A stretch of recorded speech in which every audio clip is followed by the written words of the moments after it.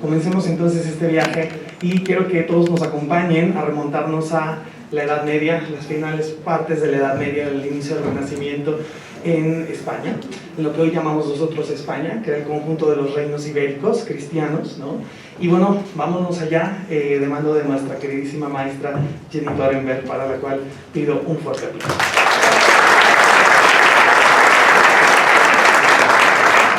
Mi querida Jenny, ¿cómo estás?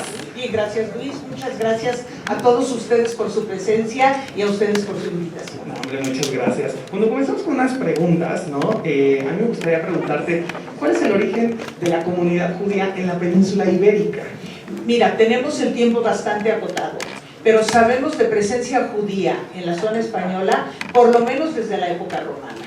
Es decir, hay rastros arqueológicos que se han encontrado, matzebot, es decir, tumbas de judíos tan antiguas como el segundo siglo después de Cristo. ¿Okay? Vivieron estos judíos bajo dominio romano. Cuando se desploma el imperio y toda Europa se fragmenta, la península ibérica pasa a estar ocupada por una tribu llamada los visigodos.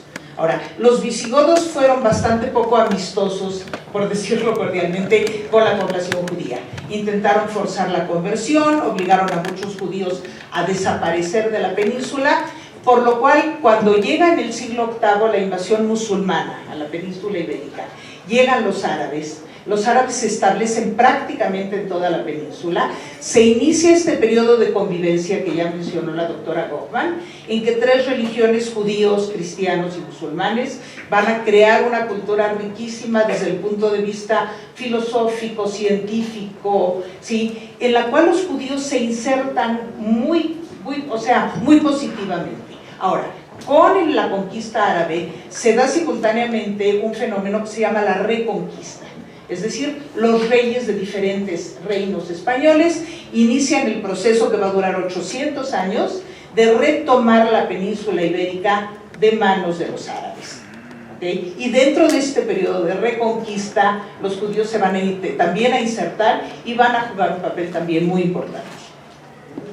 ¿Cómo se explica la ambivalencia entre la aceptación de los judíos en España y el rechazo que provocaban, bueno, por todas estas legislaciones cristianas, ¿no?, antijudías en la península? Aquí se va a dar un fenómeno muy interesante, Luis. O sea, la animadversión entre judíos y cristianos tiene muchos siglos. Podríamos empezar a lo mejor a ponerle una fecha en el momento en que se empieza a dar la escisión entre cristianismo y judaísmo. ¿Okay? El cristianismo, lo sabemos, nació de origen como una secta mesiánica del judaísmo.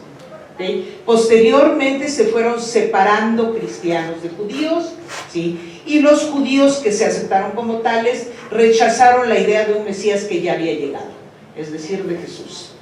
¿Okay? Y entonces, conforme crece la escisión y crece la animadversión entre cristianos y judíos, y hay que dejar plasmada la historia del cristianismo y su fundador en un texto que se conoce como los Evangelios, que es el texto fundacional del cristianismo.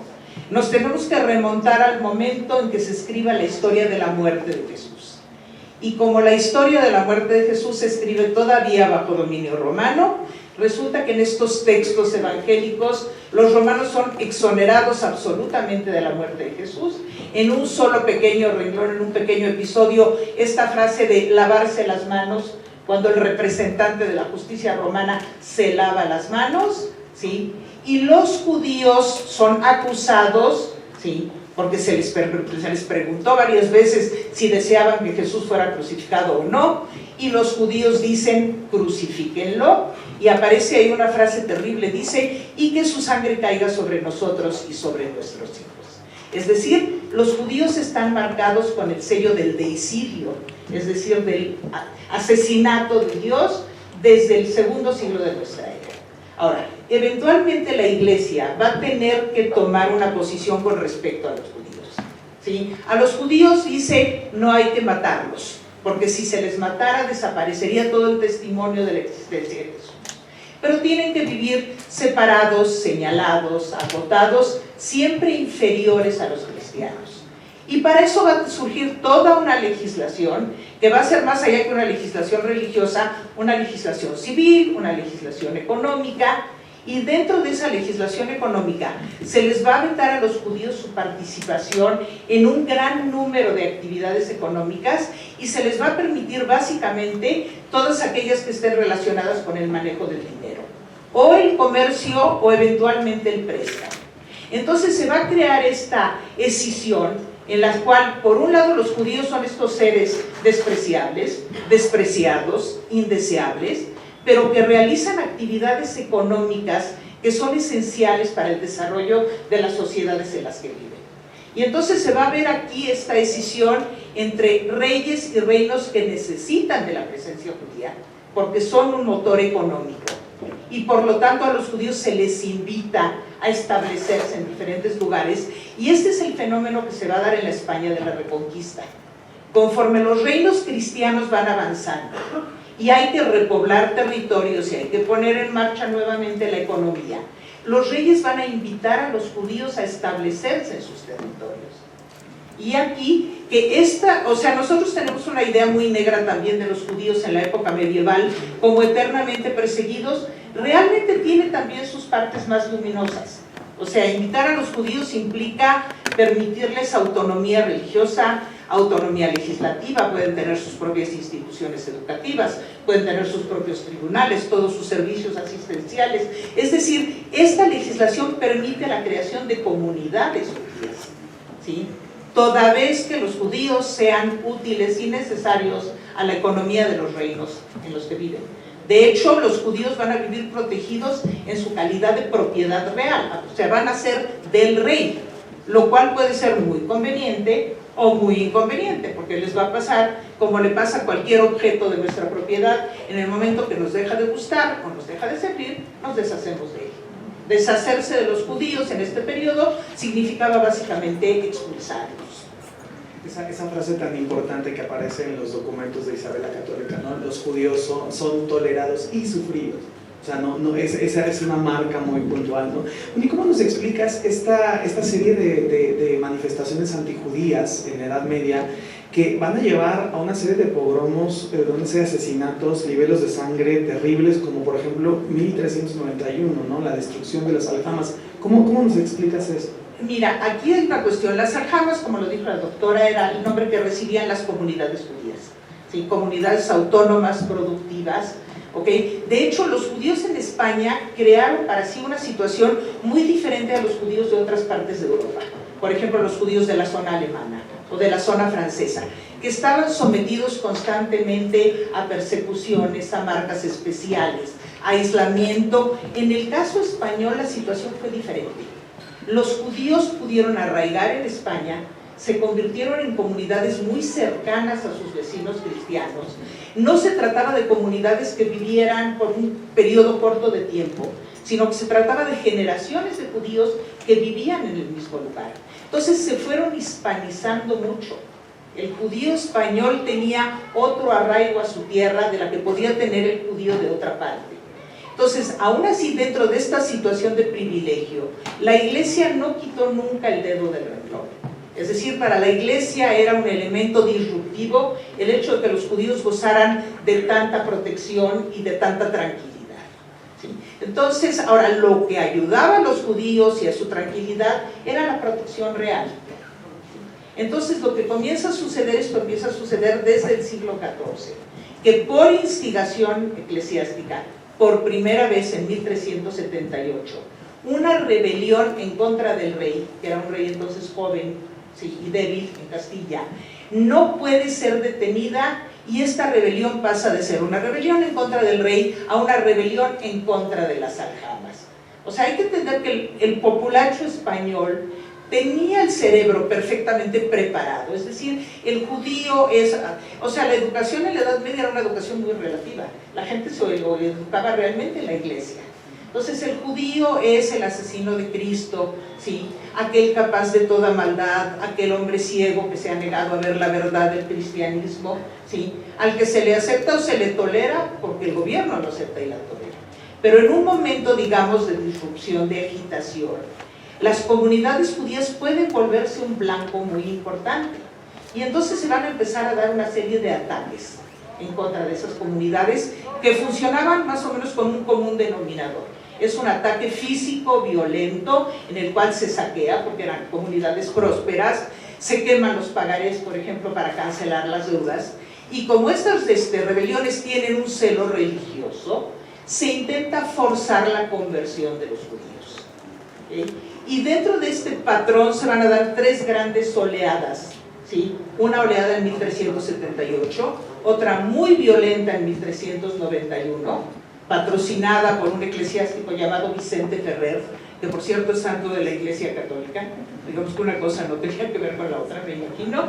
Y hay otra oleada muy violenta entre 1412 y 1414. ¿Sí? Incluso yo por aquí tengo algunos números del número de víctimas. Por ejemplo, la oleada de 1378 causó 2.000 muertos únicamente en Córdoba y 5.000 muertos en Valencia. La de 1391 causó 40.000 muertos. ¿Sí? O sea, esto también nos permite darnos idea del número de judíos que vivían en España. Pero más allá de aquellos que son victimados, se va a dar en España un fenómeno que no sucedió en el resto de Europa, que es este fenómeno de los conversos. Porque las persecuciones antijudías eran endémicas. Pero, por ejemplo, en la zona central de Europa, en Alemania, cuando venía una persecución antijudía y se intentaba forzar a los judíos al bautismo, amenazándolos con la muerte, la mayor parte de los judíos optaban por la muerte. Es decir, eso que conocemos en el judaísmo con el término de Kiddush Hashem, o sea, entregar la vida antes que cambiar la religión, porque esto tiene que ver también con la línea de los rabinos ashkenazí con respecto a la conversión. En el mundo ashkenazí es preferible dejarse matar a cambiar de religión. En el mundo sefaradí hay otro punto de vista, es decir, es válido cambiar de religión para salvar la vida. Sí, es la idea de Maimónides. Sí. Ahora, ¿esto cómo se explica? Porque presuntamente el judaísmo no se pierde. Sí, ahí está una frase en hebreo, aunque Israel haya pecado, sigue siendo Israel. O sea, el judaísmo no se pierde, entonces por salvar la vida es válida la conversión. Y entonces lo que se va a generar aquí es un problema gravísimo de conversos, que no existe en otra parte de Europa. Es decir, y conversos que no son todos del mismo tipo. De hecho, el judaísmo contempla dos clases de conversiones. Lo que llaman meshumadim, o sea, aquellos que se convirtieron por convicción o por conveniencia, pero por su propia voluntad, y lo que se llaman anusim. Anusim viene de la palabra hebrea ones, que quiere decir violación, es decir, los que se convirtieron por la fuerza. ¿Sí? Ahora, ¿qué pasa cuando se termina la parte violenta de las conversiones? Se quedan en Europa varios problemas importantes. Este problema de una masa gigantesca de conversos, ¿sí? De los cuales aquellos que se convirtieron por convicción o por conveniencia no tienen problema. Ya son cristianos, se pueden insertar libremente en la sociedad española. Pero los que fueron convertidos por la fuerza viven con un cargo espantoso de conciencia. Quisieran volver a la práctica del judaísmo. El judaísmo se los permite, pero el problema es que el bautismo es un sacramento y un sacramento es irrenunciable. Es decir, una gente que ha sido bautizada no puede volver al judaísmo. Y esto es lo que va a generar el problema de la aparición de estos personajes que se van a empezar a llamar o criptojudíos o judíos secretos, o con el término eventualmente despectivo de marranos. Es decir, son aquellas personas que, siendo cristianas, practican el judaísmo en secreto.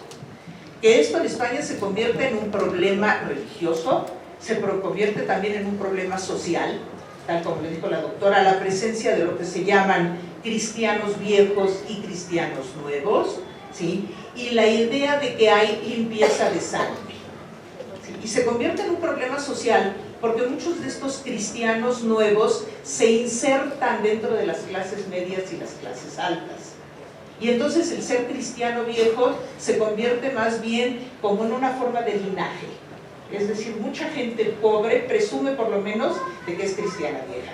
Mismo Sancho en el Quijote dice: yo soy un escudero y soy muy pobre, pero soy cristiano viejo. Como diciendo, tengo el linaje que otros no tienen.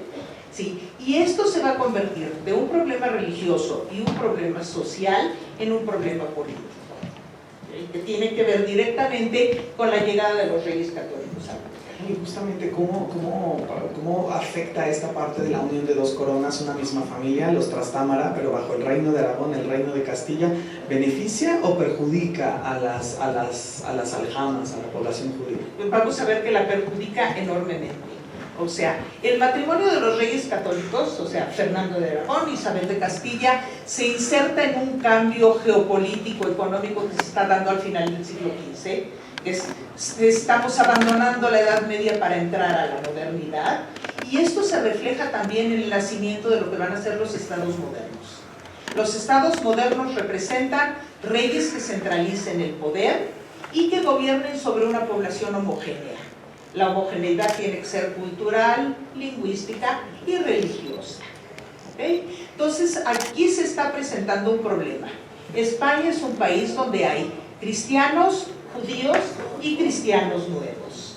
Es decir, y la sospecha permanente de que estos cristianos nuevos no puedan llegar perfectamente al cristianismo por la presencia de los judíos. Y justamente para averiguar hasta dónde la presencia judía está teniendo un impacto en la fidelidad de los cristianos nuevos, es que los reyes católicos van a invitar a la Inquisición a establecerse en España, ¿sí? Porque lo que hay son dos concepciones erróneas que tenemos. Primero, la Inquisición no era una institución española, era una institución creada por la Iglesia en Roma, dedicada a la persecución de los herejes, ¿sí? Y segundo, la Inquisición no tenía ninguna injerencia sobre los judíos. La Inquisición no perseguía judíos, la Inquisición perseguía herejes del cristianismo. ¿Okay? Y habría que dejarlo bien claro, los judíos no son herejes. Hereje es una persona que, habiendo conocido la fe y habiéndose acercado a la fe, está actuando en contra de la fe. O sea, justamente el cristiano criptojudío es ese hereje. Es decir, ya se bautizó, ya se hizo cristiano y secretamente está practicando el judaísmo. Y entonces los reyes católicos van a establecer Inquisición en Castilla, Inquisición en Aragón, ¿okay? Que lo hicieron bastante, o sea, no estaban muy encantados. O sea, una vez que uno establece un tribunal inquisitorial en su país, es convertir ese país en un estado policíaco. Tienes dentro una policía secreta, y cuando hay un estado policíaco nadie está fuera de la jurisdicción de esa policía secreta. Entonces la Inquisición se establece, empieza a trabajar, pues como trabaja la Inquisición, por medio de delación, es decir, cualquiera que haya visto alguna actividad anormal que la denuncia ante el tribunal. ¿Qué es una actividad anormal? Una actividad anormal es pasar en casa de la familia Fernández, que es cristiana, no sé, un día de crudo invierno, sábado en la mañana, y que no esté saliendo humo por la chimenea. No, esto es señal segura de que esta gente es judaiza, ¿sí? O ver sábanas colgadas un viernes a mediodía recién lavadas. Seguro esta gente está preparando la casa para el Shabbat.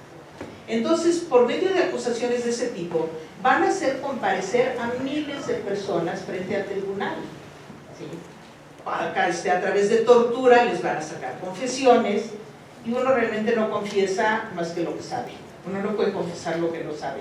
Y mucha de esa gente, claro que confiesa, que judaiza, ¿sí? Ahora, no son tampoco quemados de inmediato, eso es otro de los mitos, ¿sí? A uno un paso por el tribunal de la Inquisición le cuesta la pérdida de sus bienes, ¿sí? Una estancia más o menos larga en los calabozos de la Inquisición, que no era, me imagino que no era ningún picnic, ¿sí? Salir y después ser sanbenitado, es decir, obligado a portar una prenda de vestir que lo señala como un hereje, ¿sí? Y si la persona se moría, le colgaban el San Benito afuera de la casa. De ahí viene esta expresión de colgarle a alguien el San Benito, ¿okay? Si reincidían, entonces eran llevados a la hoguera. O sea, la hoguera era para los reincidentes. La cuestión es que después de unos 10 años de juicios, en los que decenas de miles de gentes fueron llevadas ante el tribunal, la Inquisición presenta un informe, es decir, tenemos tantos y tantos miles de gentes que confesaron judaizar, y tantos confesaron haberlo hecho con ayuda o por consejo de algún judío. O sea, es decir, bueno, o sea, comías pan ácimo en Pesaj, ¿quién te proporcionaba el pan ácimo? No, pues mi vecino, mi tío, mi primo, que siguen siendo judíos.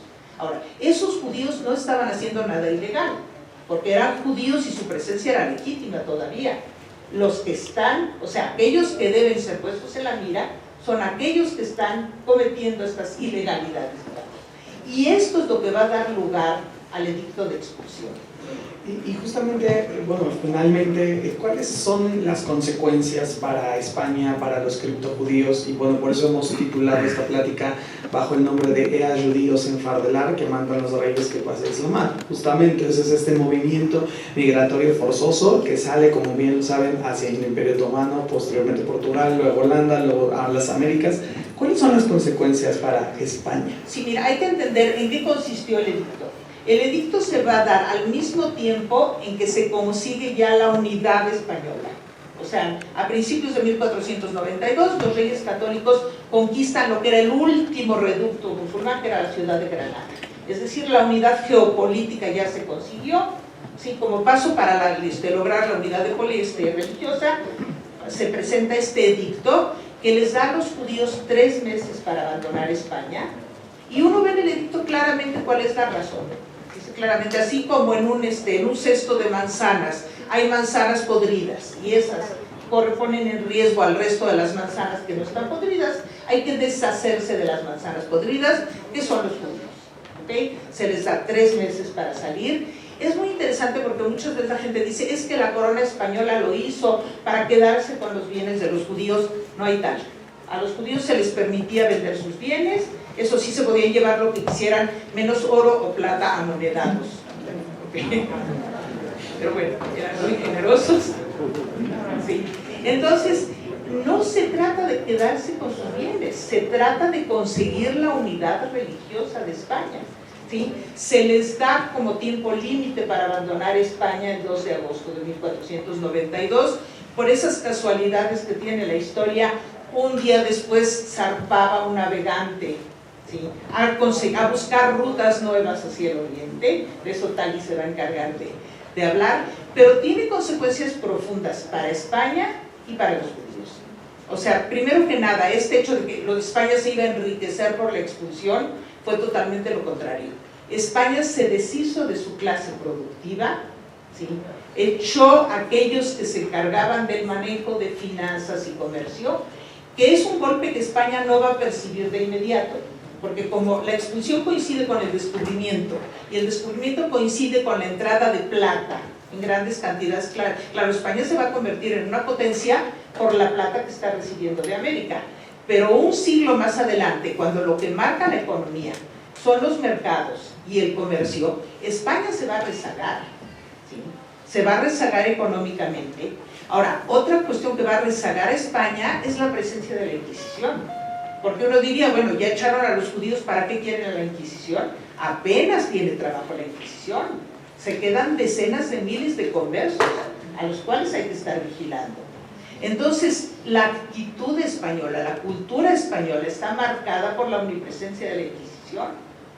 O sea, a un español común y corriente lo peor que le puede pasar es que lo identifiquen con lo judío, porque es hasta peligroso. Entonces, desde la dieta española, o sea, en España hasta los postres se hacen con manteca, y no es gratuito, porque, o sea, cocinar con aceite de oliva le podía sacar a uno una cita con el Tribunal de la Inquisición, ¿sí? O sea, el acendrado catolicismo de los españoles, ¿sí?, no es gratuito. Sí, hay incluso hasta expresiones, una expresión que conocemos como esa de pagar el pato, que es que te acusen de alguna cosa que tú no cometiste, es una corrupción de pagar el pacto, es decir, el pacto del Brit, por ejemplo. Sí, o en España hay una expresión cuando la gente está muy ocupada, dice, es que estuve haciendo sábado. O sea, como diciendo, me ocupé tremendamente, si era sábado, como para no crear ni remotamente la imagen de que uno pudiera estar descansando el sábado. ¿Sí? Entonces, se queda claro, profundamente marcada la sociedad española por la expulsión, y claro, para los judíos es un golpe terrible. O sea, los judíos españoles equiparan la expulsión con la destrucción del templo. ¿Sí? Todos conocemos esas historias de los judíos que salieron llevándose la llave de su casa, esperando alguna vez volver. ¿Sí? Se llevaron consigo su español medieval, que eventualmente se va a convertir en idioma ladino. Sí, tal como lo dijo la doctora, van a gravitar a numerosos lugares. Al norte de África, al Imperio Otomano, a Italia, a Portugal, donde como lo dijo la doctora, los va a alcanzar el bautismo muy pronto, y gracias al descubrimiento también a las Américas. ¿Sí? Va a haber presencia de estos conversos en la América portuguesa, en la América inglesa, en la América española, y de la América española sobre todo en la Nueva España.